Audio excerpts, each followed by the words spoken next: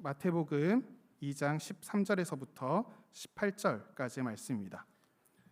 마태복음 2장 13절에서부터 18절까지의 말씀을 저와 여러분이 한 절씩 번갈아 가면서 읽도록 하겠습니다. 네, 제가 먼저 13절의 말씀을 읽겠습니다.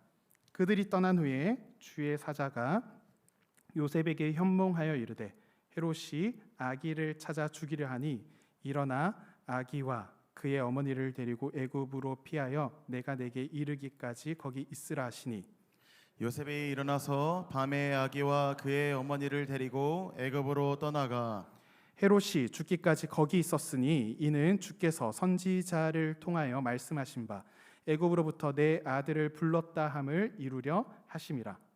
이에 헤롯이 박사들에게 속은 줄 알고 심히 노하여 사람을 보내어 베들레헴과 그 모든 지경 안에 있는 사내 아이를 박사들에게 자세히 알아본 그 때를 기준하여 2살부터 그 아래로 다 죽이니 이에 선지자 예레미야를 통하여 말씀하신 바 라마에서 슬퍼하며 크게 통곡하는 소리가 들리니 라헬이 그 자식을 위하여 애곡하는 것이라.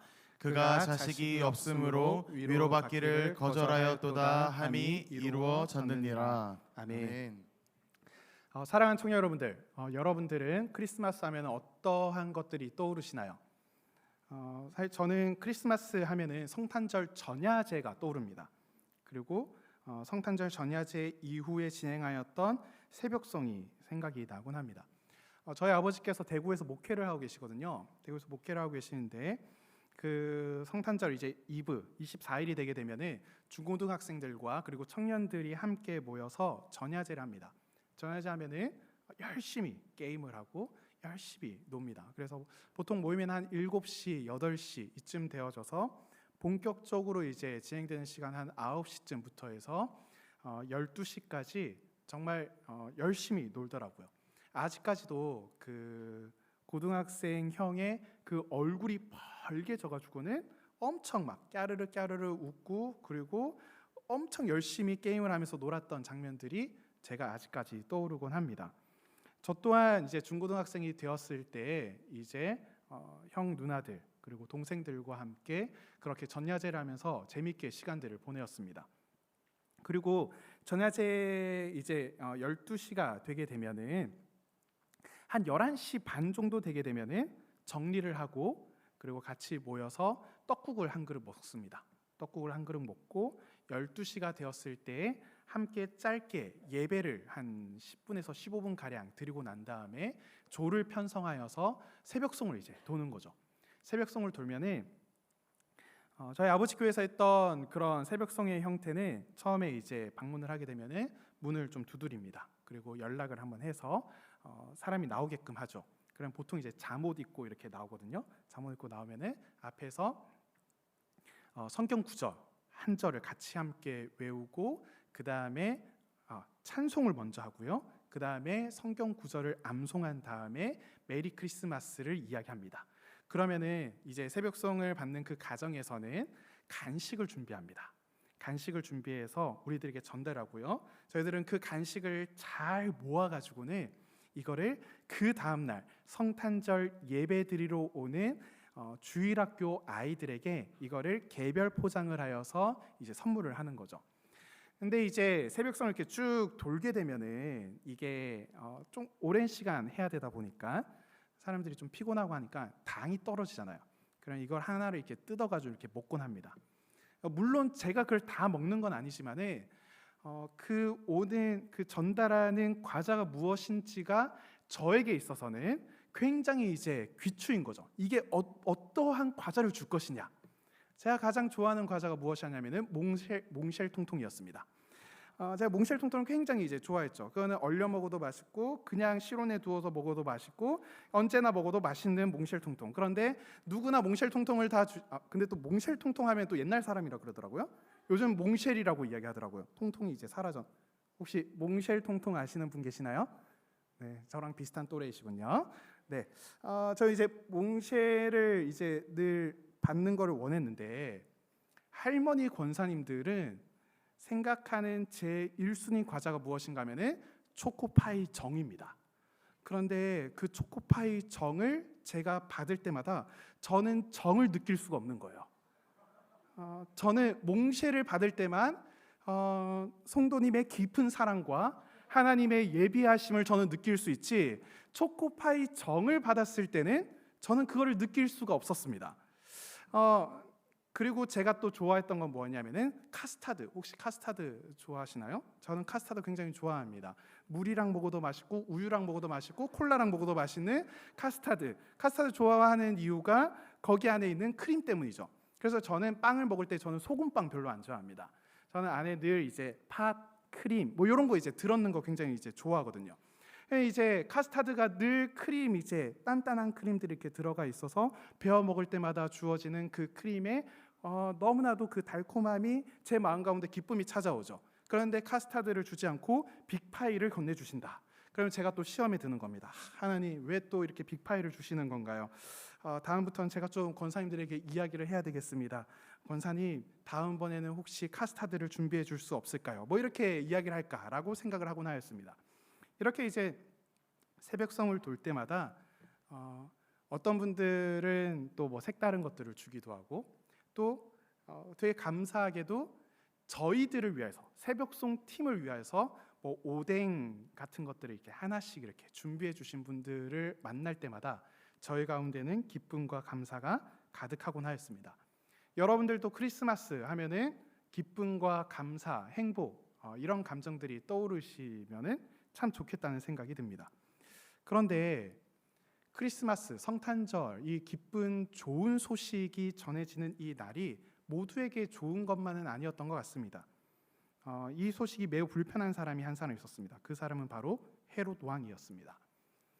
헤롯 왕은 유대인이 아닌데 유대인을 다스리는 왕이었습니다. 이 사람이 유대인이 아닌데도 불구하고 유대인의 왕으로 설 수 있었던 가장 큰 이유가 무엇인가 하면은 이 사람이 가지고 있었던 정치력 때문이었습니다. 그래서 헬라 제국이 멸망한 이후에 로마 제국이 이제 급부상을 하게 되고 제국의 영토 확장을 하고 있는 가운데에 로마 제국이 취했던 중요한 그 통치 방식이 무엇인가 하면은 그 지역의 자치권을 인정을 해주고, 그런데 로마에서 이들을 향한 세금 거두는 것과 또한 더불어서 군대, 요 두 가지를 가지게 되다 보니까 나머지 자치권을 운영할 사람이 필요한 거죠. 그래서 헤롯 왕이 있게 되는 겁니다. 그래서 이 헤롯 왕은 이 로마 제국과 결탁을 하여서 자신의 정치력을 잘 활용을 하여서 유대인들을 다스리는 역할들을 감당한 거죠. 그러면 잘 한번 생각해 보십시오. 이 사람이 정치력으로 이 위치에 서긴 하였지만은 이 헤롯 왕은 늘 왕권에 대한 불안한 마음을 가지고 있었을 겁니다. 그래서 유대인들이 그 당시에도 반란을 일으키려고 하는 독립 세력들이 존재를 하였고요. 또한 자신에게 태클을 거는 사람들도 존재를 하였습니다. 그러다 보니 헤롯은 자신의 어떤 왕권의 안정에 크게 힘을 많이 쏟으려고 정말 애를 썼죠. 그리고 오늘 본문에 나왔던 헤롯 왕 그 아버지는 무엇을 하였냐 하면은 예루살렘에 무너진 성전을 지어주기도 하였습니다. 그러니까 어떤 사람들에게는 지지를 받기도 하고 어떤 사람들은 그래 뭐 이 정도는 우리가 감내해야지 뭐 이렇게 생각하기도 했고, 그럼에도 불구하고 반란을 일으키는 사람들도 있었던 거죠. 이런 가운데 헤롯이 어떠한 이야기를 듣는가 하면은 동방에서 온 사람들이 자신을 만나고 싶어하는 겁니다. 그러면서 하는 이야기가 무엇인가 하면은 왕이 태어났다는데 그 왕에게 우리가 경배하기를 원합니다라는 이야기를 듣는 겁니다. 무슨 뚱딴지 같은 이야기일까요?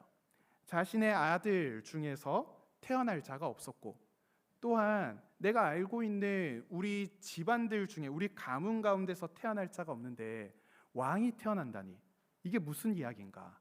그러면서 서기관들, 이제 성경을 연구하는 서기관들에게 이와 관련된 내용이 있는지를 한번 확인해 보도록 합니다. 그러니까 성경 가운데 무슨 이야기가 나온가 하면은 베들레헴에서 왕이 태어날 것이다라고 하는 예언이 있다는 이야기입니다. 그래서 헤롯은 이 동방에서 온 사람들, 동방 박사들에게 이야기를 하는 거죠. 베들레헴에서 왕이 태어난다고 하는 이야기가 있습니다. 그러니 이 베들레헴으로 한번 가보십시오. 그리고 그곳에 만약 왕이 태어난 것이 확실하다면은 저에게도 이야기해 주십시오. 저도 경배하겠습니다. 근데 여기에는 한 가지 음모가 있습니다. 잘 한번 보세요. 동방에서 사람들이 찾아온 겁니다. 별이 인도해 줘서 왔다고 이야기를 하는데 이 왕을 만나러 온 사람들, 어떤 천문에서 하늘을 관측하는 가운데 발견한 사람들, 또한 유대인들이 믿고 있는 성경에서 나오는 예언의 이야기들, 이 두 가지가 합쳐지고 두 가지가 정확하게 이루어지게 된다면은 그 사람은 왕인 게 분명하게 된 거죠. 그러니까 그것이 확실하다면은 이것을 묵살시키기 위해서 이 아이를 죽이겠다고 생각을 한 겁니다. 그래서 이 두 가지가 모두 다 이루어지는 그 아이를 발견하게 되었을 때 이 아이를 죽이려고 결심을 하게 된 거죠. 그런데 몇 날 며칠이 되었는데 이 동방에서 온 박사들이 다시 자기를 찾아오지 않는 겁니다. 예루살렘에서 베들레헴까지는 약 한 10km 떨어져 있는 곳이거든요. 그럼에도 불구하고 이 사람들이 오지 않는 겁니다. 헤롯은 자신이 속았다는 것을 알게 되고 이 헤롯은 자신의 군대를 보내어서 베들레헴에서 2살 이하의 아기들, 남자 아기들을 모두 죽이라고 명령하게 됩니다. 당시 베들레헴의 인구를 생각해 보았을 때 학자들은 아무리 많아봤자 한 1000명 정도였을 것이다 라고 이야기를 하거든요.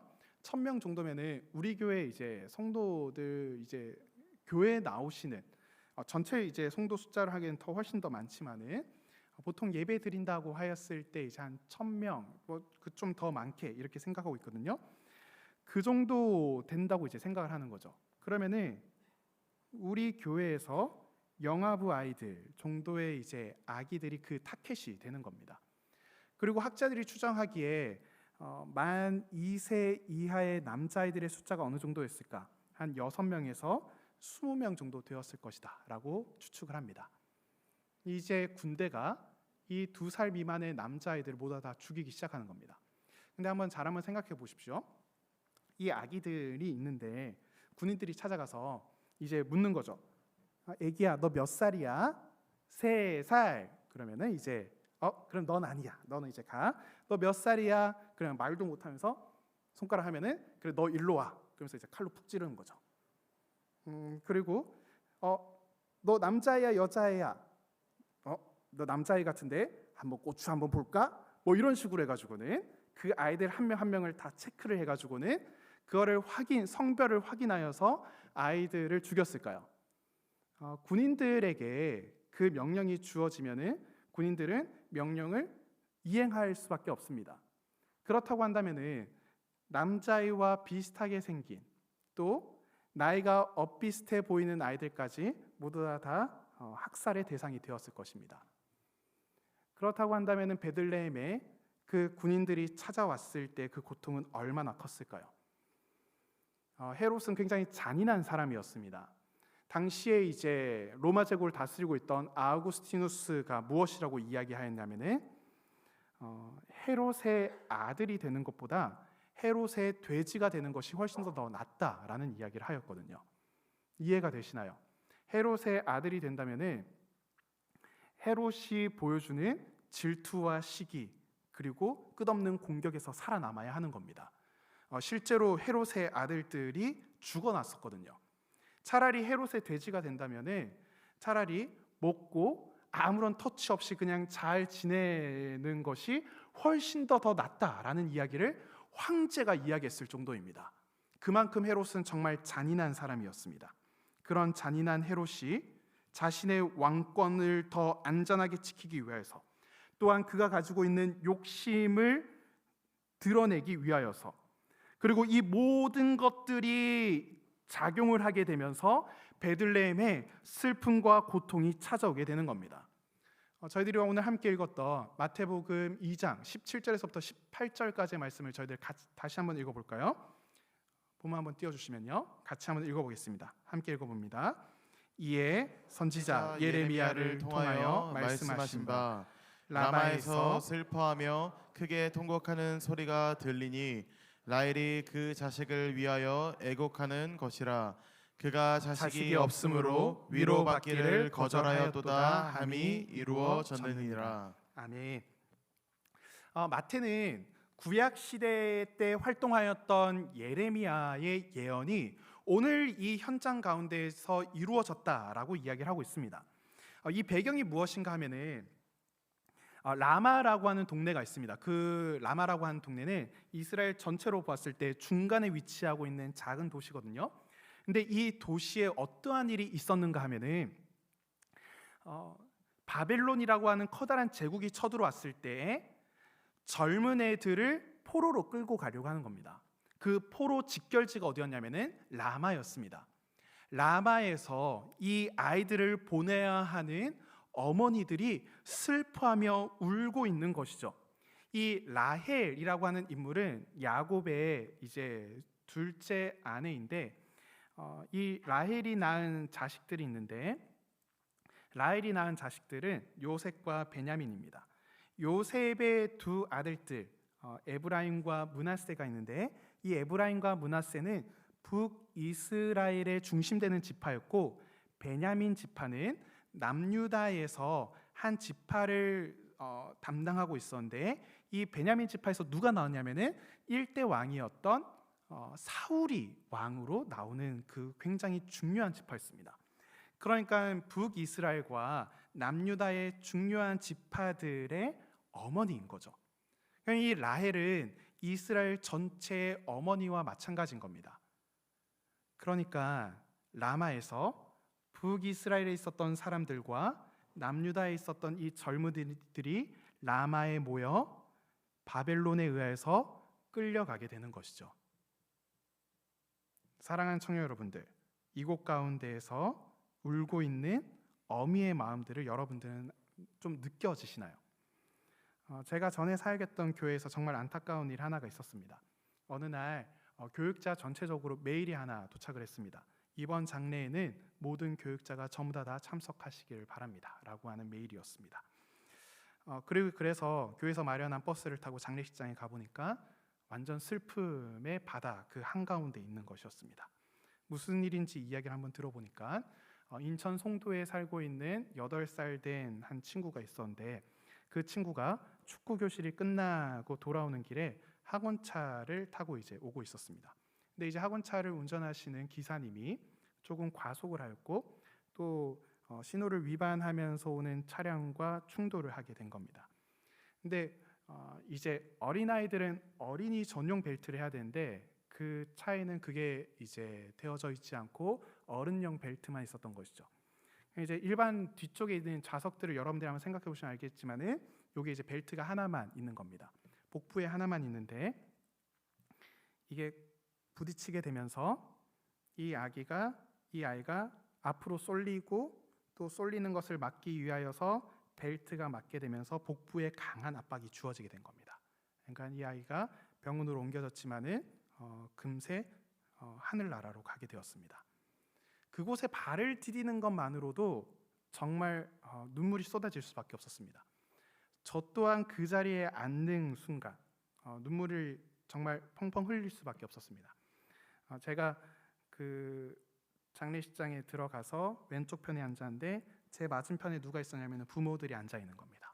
부모들이 어머니는 하늘을 바라보고 있고 아버지는 땅을 바라보고 있습니다. 둘 다 펑펑 울고 있는 거죠. 어머니는 끊임없이 울부짖고 부르짖고 있습니다. 막 어떻게 해야 하냐면서 막 소리 지르고 있습니다.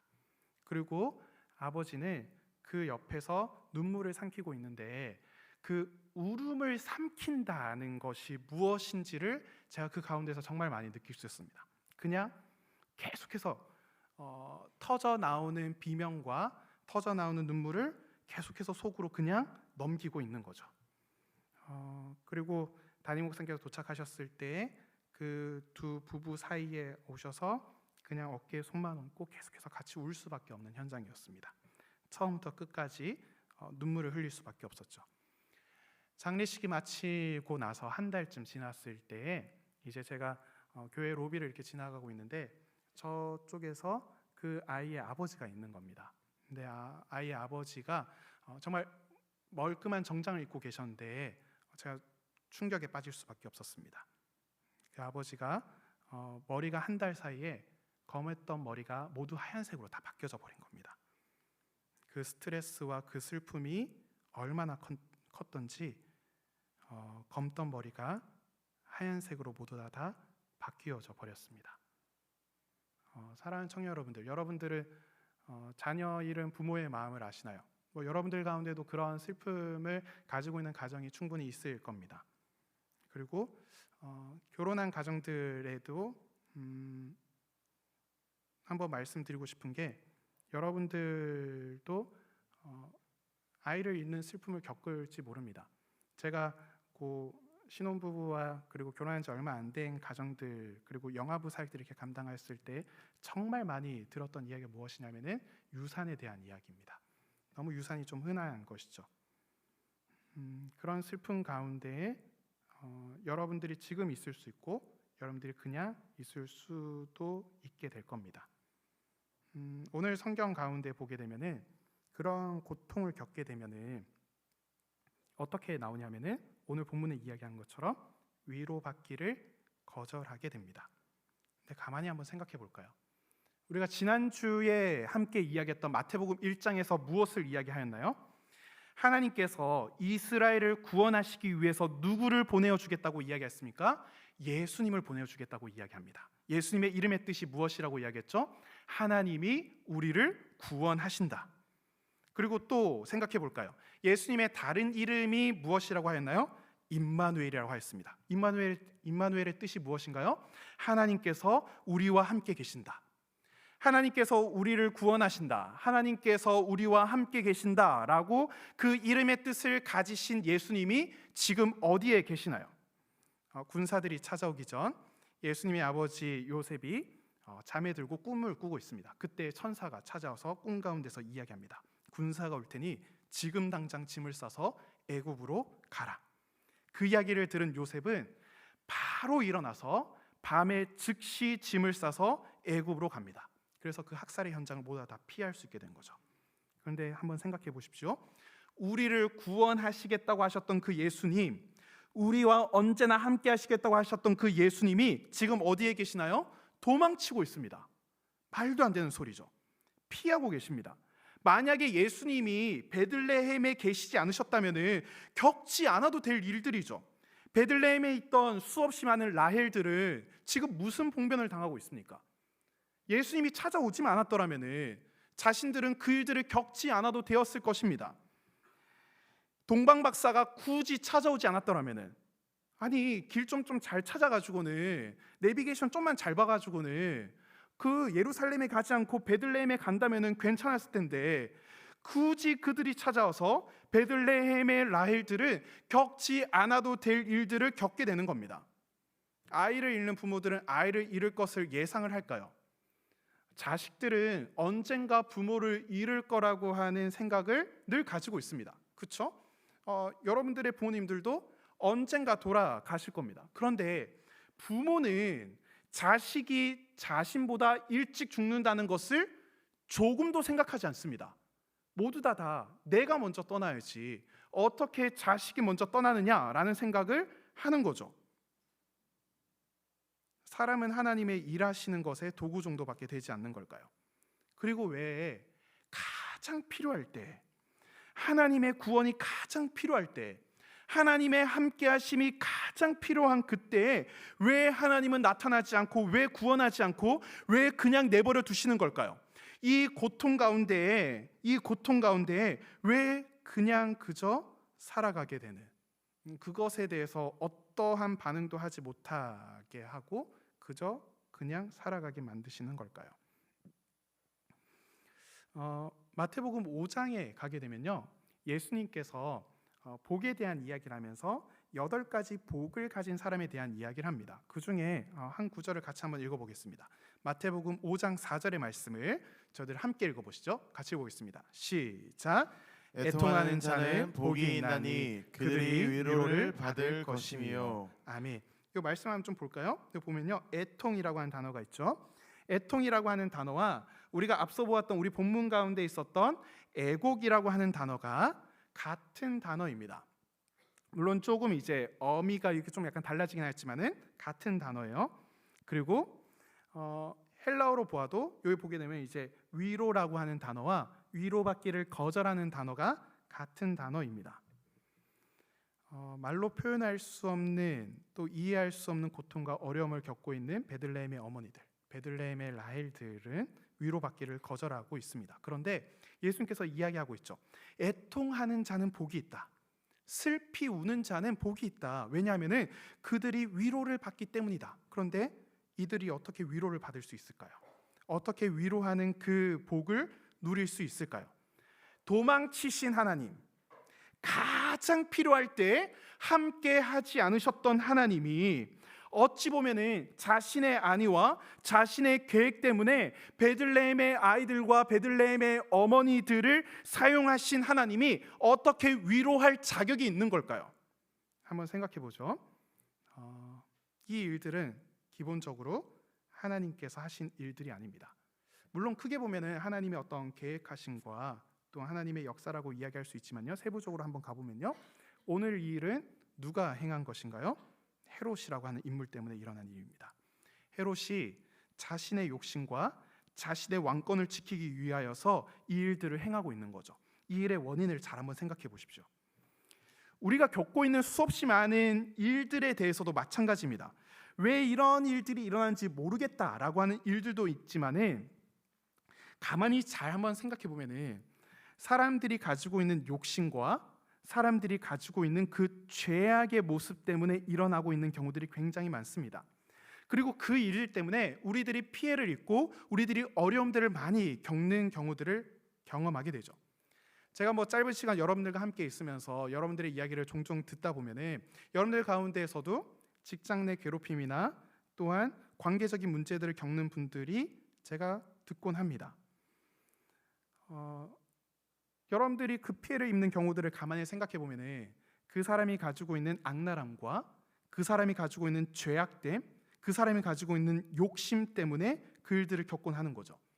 직장이나 학교나 여러분들의 있는 그 삶 가운데서 일어나고 있는 수없이 많은 일들을 보게 되면은 그 사람들의 죄악 때문에 내가 어려움을 겪는 경우들이 참 많이 있습니다.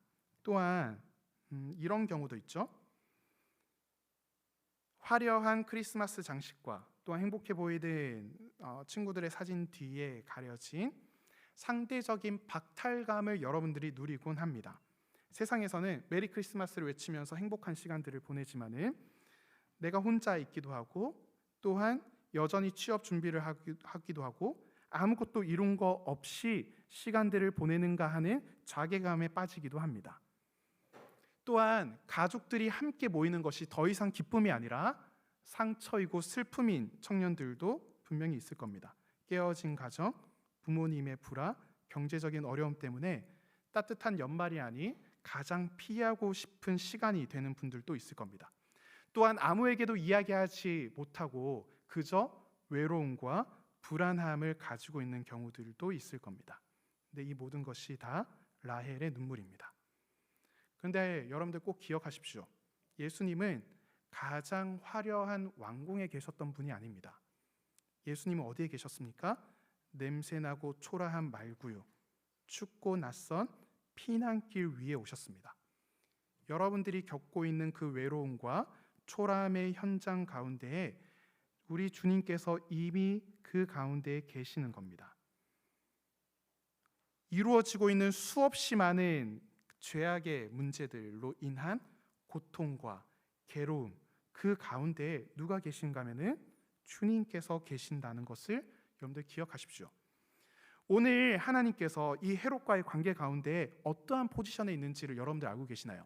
하나님께서 심판자의 위치에 서셔서 헤롯을 심판하시고 헤롯에게 왜 그렇게 강하게 이야기하지 않고 그저 당할 수밖에 없는 우리들을 왜 하나님께서 버려두시는가라고 생각이 들지 모르지만은 하나님께서 어디에 계셨는가 하면은 악의 심판자로 계시는 것이 아니라 악의 피해자로 계셨다는 것을 여러분들 본문 가운데서 발견할 수 있으셔야 합니다. 하나님은 헤롯에 의하여서 예수님이 피난길에 오르셨습니다. 아무도 알지 못하는 애굽 땅 가운데에서 피난민으로 살아가셨어야만 했죠. 그리고 헤롯의 가문은 여기에서 끝나지 않습니다.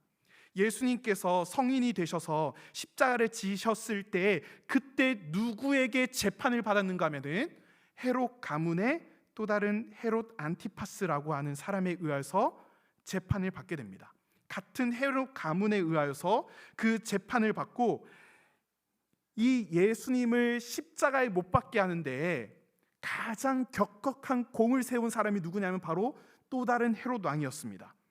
예수님은 헤롯 가문에 의하여서 조롱을 받고 십자가형에 처하게 되고 또한 십자가에서 죽게 되고 또한 피난길에 가게 되고 욕보이게 되고 결국 어려움에 처하게 되는 아주 끔찍한 가운데 살아가게 된 거죠.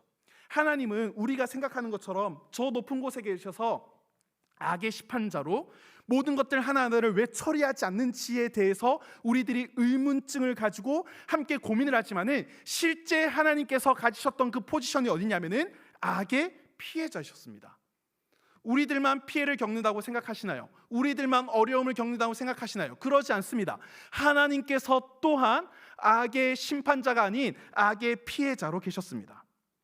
네덜란드에 코리 텐붐이라고 하는 여성이 살고 있었습니다. 이 코리 텐붐은 독실한 기독교 가정 가운데서 자라났고 그리고 그 신앙을 실제로 실천하려고 했던 사람이었습니다. 아버지가 시계공이어서 이 시계공으로서 굉장히 이제 꽤나 괜찮은 중산층의 삶을 살고 있었죠. 근데 문제가 일어나게 됩니다. 그게 무엇이냐면은 히틀러의 나치군이 네덜란드까지 점령을 하게 되면서 이들에게 큰 어려움을 주는 거죠. 근데 단순하게 경제적 타격만 있는 것이 아니라 유대인들을 학살하는 데 굉장히 크게 속도를 내는 겁니다. 그래서 코리 텐붐 가정은 자신의 집에 이 유대인들을 숨겨두는 일들을 하게 되는 겁니다. 유대인들을 숨겨두고 있는 가운데 제가 이거 보면서 정말 안타까운 게 무엇이냐면은 결국에 이제 밀고자에 의해서 이게 들통이 나는데 그때가 언제냐면은 1944년입니다. 이제 1년만 더 있었으면 괜찮았을 텐데 1944년에 이 일들로 인하여서 가족들과 그 집안에 있는 유대인들 모두 다 끌려가게 되고 그리고 80세가 넘은 아버지는 그 험한 수용소 생활을 감당하지 못한 채 돌아가시게 됩니다. 그리고 코리 텐붐과 그의 언니는 굉장히 악명 깊은 여성 수용소로 끌려가게 되는데 그곳에서 코리 텐붐은 고백하기를 인간이 저지를 수 있는 가장 추악한 죄악을 목격하였다라고 이야기합니다. 굶주리고 매질을 당하고 매일매일 수용자들을 벌거벗겨 가지고는 잘못된 것들을 가지고 있지는 않은지 하나하나 다 체크를 하는 겁니다. 이 코리 텐붐은 너무나도 수치스러워서 하나님 앞에 울부짖는 겁니다. 하나님, 어떻게 인간이 인간에게 이런 일을 할 수 있습니까? 하나님, 어떻게 이러실 수 있습니까? 하나님, 이러한 수치를 하나님께서는 알고 계십니까? 라고 이야기를 합니다. 그때 하나님께서 이 코리의 마음 가운데 한 가지 장면을 떠올리게 하시는데 그게 무엇인가 하면은 십자가 위에서 벌거벗은 예수님을 떠올리게 하는 겁니다. 코리는 이후에 자신의 강연과 자신의 책에서 이렇게 이야기합니다. 나는 그때 깨달았습니다. 예수님도 나처럼 벌거벗겨지셨다는 것을. 그분은 이미 내가 겪는 이 수치와 고통을 먼저 겪으셨고 지금 이 수용소의 차가운 바닥 위에서도 나와 함께 벌거벗겨진 채 서 계신다는 사실을 알게 되었습니다. 사랑하는 청년 여러분들, 하나님은 저 하늘 높은 곳에서 힘내라, 화이팅, 잘한다, 너희들 잘할 수 있다 라고 응원만 하시는 분이 아니십니다. 하나님은 인간의 잔인함과 인간이 겪고 있는 그 수없이 많은 그 욕심의 결과물들, 그 지옥 한가운데에 직접 걸어서 들어오셨습니다. 하나님은 방관하시는 것이 아니라 하나님께서는 자신의 아들 예수 그리스도를 통하여서 그 모든 것들 하나하나들을 자신의 몸에다가 다 담아내고 계시는 겁니다. 예수님께서는 죄가 얼마나 인간을 망가뜨리고 인간을 완전히 무너뜨린지를 친히 경험하심으로 말미암아 고통받는 우리들에게 나도 안다, 내가 너와 함께 이 길을 걷고 있단다 라고 말씀하시기 위해서 직접 찾아오셨습니다. 하나님은 악의 심판자, 방관자의 모습으로 저 멀리 있는 것이 아니라 함께 슬퍼하며 눈물 흘리는 가장 낮은 곳의 피해자가 되신다는 것을 기억하십시오. 히브리서의 말씀을 같이 한번 읽어볼까요? 히브리서의 말씀을 함께 읽어보도록 하겠습니다. 혹시 히브리서 말씀 준비되어져 있나요?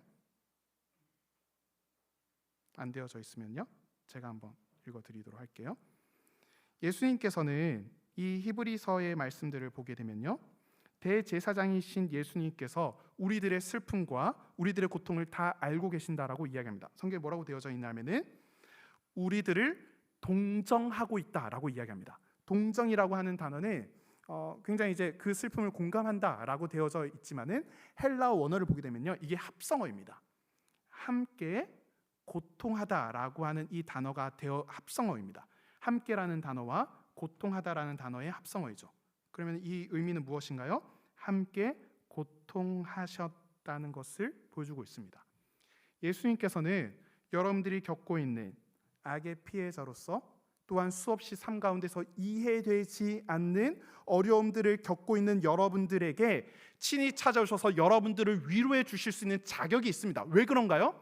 예수님께서는 악의 피해자가 되셨고, 예수님께서는 피난 생활도 하셨고, 십자가 위에서 하나님께 버림을 받기도 하였고, 끝없는 고통과 고난 가운데 사셨기 때문입니다.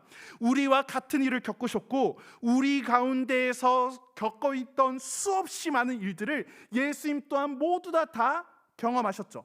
함께 고통하셨기 때문에 우리들을 위로할 자격이 있으시고 여러분들과 함께 할 자격을 가지고 계신 분이신 겁니다. 근데 단순하게 하나님께서, 우리 예수님께서 우리와 함께 하시는 것, 저 밑바닥에 하나님께서 그냥 함께 하고 계신다는 것이 우리들의 위로가 됩니까? 저는 그 위로를 넘어서는 위로가 주어진다고 믿습니다. 예수님께서 십자가에 달려 돌아가셨을 때 어떤 일이 일어나는지 아시나요? 마태복음 보면은 성전의 휘장이 갈라지게 되고, 또한 수없이 많은 무덤들, 성도들의 무덤이 열려서 그 성도들이 걸어 나왔다라고 이야기를 합니다. 저는 성경 가운데는 나오지 않지만은 아마 베들레헴에 있던 그 아이들 또한 일어나지 않았을까라고 하는 기대감을 가지게 됩니다. 또한 더 나아가서 예수님께서 다시 오실 때 우리가 예수님께서 다시 오셨을 때 어떠한 일들을 하시겠다고 이야기하면은 고통 가운데서 슬퍼하며 울고 있던 우리들을 품에 안으시고 눈물을 닦아주시면서 너는 나의 백성이야, 나는 너의 하나님이야 라고 위로하실 거라고 이야기를 하고 있습니다. 사랑하는 청년 여러분들, 우리 하나님께서 보여주시는 위로는 여러분들이 가장 어두운 곳에 있을 때 그 어두운 가운데 함께 하시는 위로입니다. 또한 여러분들의 아픔과 여러분들의 고통을 공감하고 함께 고통하시면서 여러분들을 위로하는 따뜻한 위로입니다.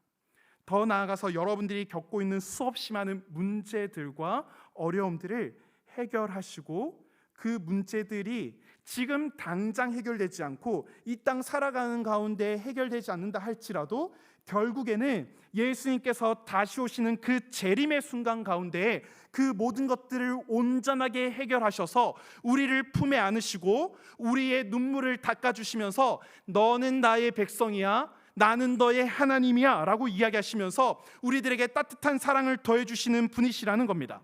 사랑하는 청년 여러분들, 반드시 기억하십시오. 여러분들 삶 가운데 이러한 경우들을 겪을 때가 참 많이 있을 거라고 생각되어집니다. 지금 학교를 준비하고 있고, 또한 학교를 다니고 있으며 취업을 준비하고 있고, 회사를 다니고 있고, 가정 가운데에서 살아가는 그 모든 다양한 삶 가운데 예상치 못하는 일들을 만날지 모릅니다. 그리고 그때 우리들은 이야기할지 모르죠. 왜 내가 이런 괴로운 가운데 있어야 되는가? 하나님은 이러한 가운데에서 왜 나의 기도를 듣지 않고 왜 나의 이 괴로운 가운데 왜 해결해 주시지 않는가? 하나님은 왜 안 계시고 나와 함께 하신다고 하면서 왜 나의 이야기를 듣지 않으신가? 라고 하는 마음을 토로하게 될지 모릅니다. 하지만 기억하십시오. 참된 위로자 되신 우리 예수님께서 여러분들의 눈물을 닦아주고 계십니다. 여러분들이 보지 못할 뿐 예수님께서는 여러분들 앞에 계십니다. 그리고 그 모든 것들을 다 경험하신 우리 하나님께서 여러분들을 품에 안아주고 계십니다. 버림받고 이리저리 쫓겨다니면서 고통당하셨던 예수님께서, 그 아들 예수님께서 여러분들과 언제나 함께하고 계십니다. 또한 성령 하나님께서 여러분들을 위하여 눈물 흘리고 여러분들을 위하여 탄식함으로 기도하고 계십니다. 하나님을 바라보십시오. 여러분들 가운데 슬픔이 느껴지지 않는 그 순간, 여러분들 가운데 그 고통이 느껴지지 않는 그 순간 하나님께서 함께 하시면서 여러분들과 늘 같이 있다는 것을 반드시 기억하십시오. 예수님께서는 여러분들의 산 소망이 되어주신다는 것을 기억하시기를 간절한 마음으로 소망합니다. 저희들 말씀을 기억하면서 함께 찬양하기를 소망합니다.